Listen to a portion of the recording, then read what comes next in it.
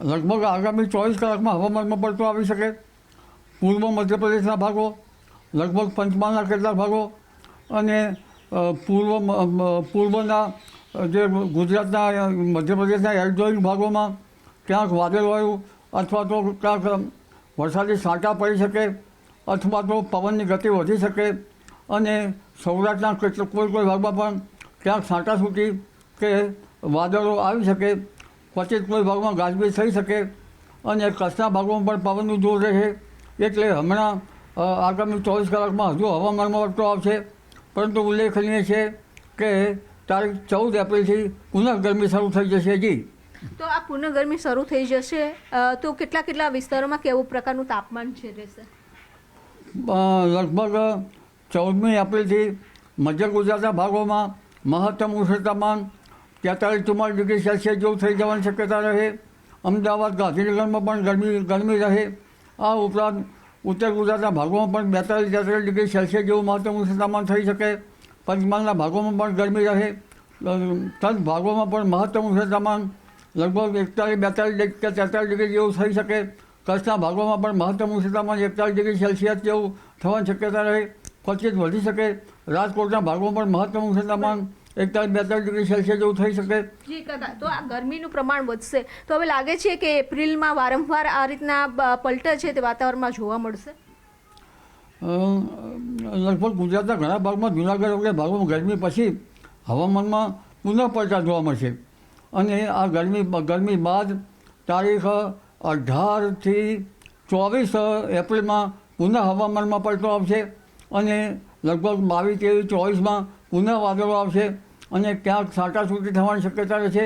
એટલે તારીખ 18 બાદ હવામાનમાં પુનઃ ઘટાડો થશે. ગરમીમાંથી આંશિક રાહત થશે.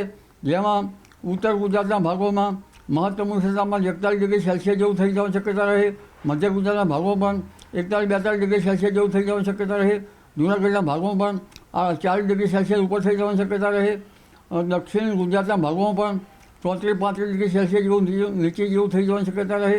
પશ્ચિમ સૌરાષ્ટ્રના ભાગોમાં પણ મહત્તમ ઉષ્ણ તાપમાન 34 ડિગ્રી સેલ્સિયસ 35 ડિગ્રી સેલ્સિયસ જેવું થઈ જવાની શક્યતા રહે. વારંવાર વાતાવરણમાં પલટો આવે, આંધી વંટોળનું પ્રમાણ વધશે, પવનની ગતિ વધતી હોય છે, તો બાગાયતી પાકોને શું નુકસાન થઈ શકે? આખો એપ્રિલ માસ પવનની ગતિ રહેવાની છે. આ ઉપરાંત એપ્રિલ માસ નહીં, આ ચોમાસા પૂર્વે પણ પવનની ગતિ રહેવાની છે. કારણ કે ગ્રહોની દ્રષ્ટિએ જોવા જઈએ અથવા તો હાલની જે ગરમી અને હાલના હવામાન વાતાવરણમાં જોવા જઈએ તો ચોમાસા પૂર્વે કે ચોમાસા સુધી પવનની ગતિ વધારે રહેશે.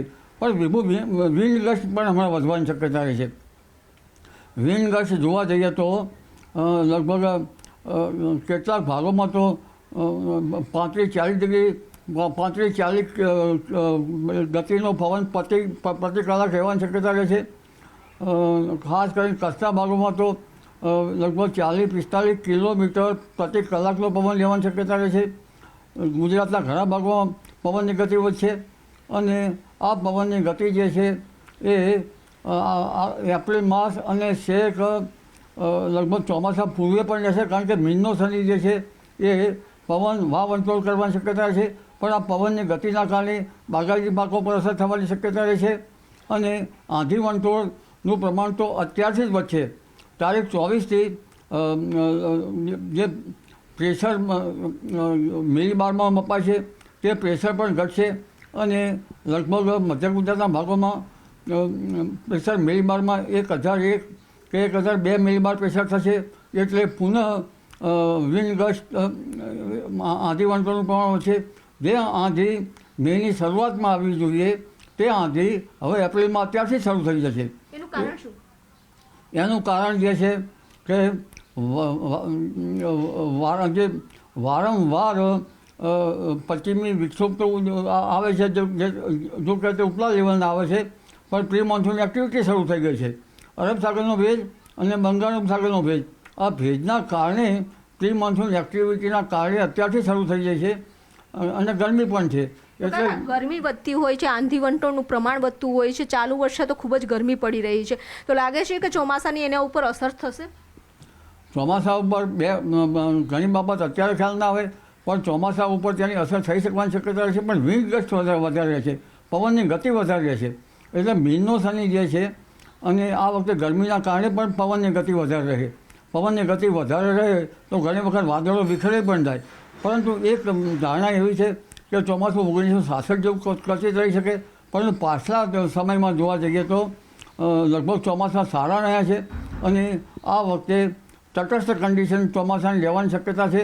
એટલે લગભગ ચોમાસું ક્વચિત 2005-06 કે 2006-07 જેવું રહી શકે અને ગરમીના કારણે વાંધી વંટોળ વરસાદને ખેંચી પણ લાવે.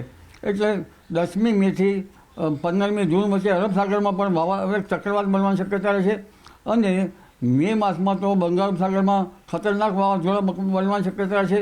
સમુદ્રનું તાપમાન ઊંચું જશે, જેના કારણે આ વખતે લગભગ રોહિણી નક્ષત્રમાં વરસાદ આવી જવાની શક્યતા રહેશે અને કચ્છે ચોમાસું નબળું ન રહી શકે એવું અત્યારનું અનુમાન કરી શકાય. કારણ કે આ વખતે વરસાદ મેઘના વાદળો બરાબર બન્યા નથી. એટલે જે દેશના અંદરના ભાગોમાં જે ભિન્ન ભાગોમાં લો પ્રેશર થાય તેના કારણે વરસાદ આવવાની શક્યતા રહેશે. બંગાળ ઉપસાગરનો ભેજ અને અરબી સમુદ્રનો ભેજ અથવા તો ઉપસાગરમાં બનતા વાવાઝોડા બંગાળ ઉપસાગરના અરબ સાગરમાં તેની આંખ ભૂભાગો પર જવાની શક્યતા રહેશે, અરબ સાગરમાં પણ જવાની શક્યતા રહેશે. જેના કારણે બંને બાજુનો ભેજ ભૂભાગોમાં આવતા એકાએક વરસાદ આવવાની શક્યતા રહેશે. અલબત્ત વરસાદ ભિન્ન ભાગોમાં થવાની શક્યતા રહેશે. આમ છતાં આ ચોમાસું જે છે એ હાલની ગતિવિધિ જોતાં નબળું આવી શકવાની શક્યતા ગણી શકાય નહીં. પરંતુ ચોમાસા આવતા પહેલાં લગભગ વૈશાખના અધવચ્ચે સવારમાં વાદળો થતા હોય છે અને બપોરે અલગ થઈ જતા હોય છે. ધીરે ધીરે આ કન્ડિશન આ પ્રક્રિયા થતી હોય છે, ત્યારે ઉપર હિમચાદર બનતી હોય છે.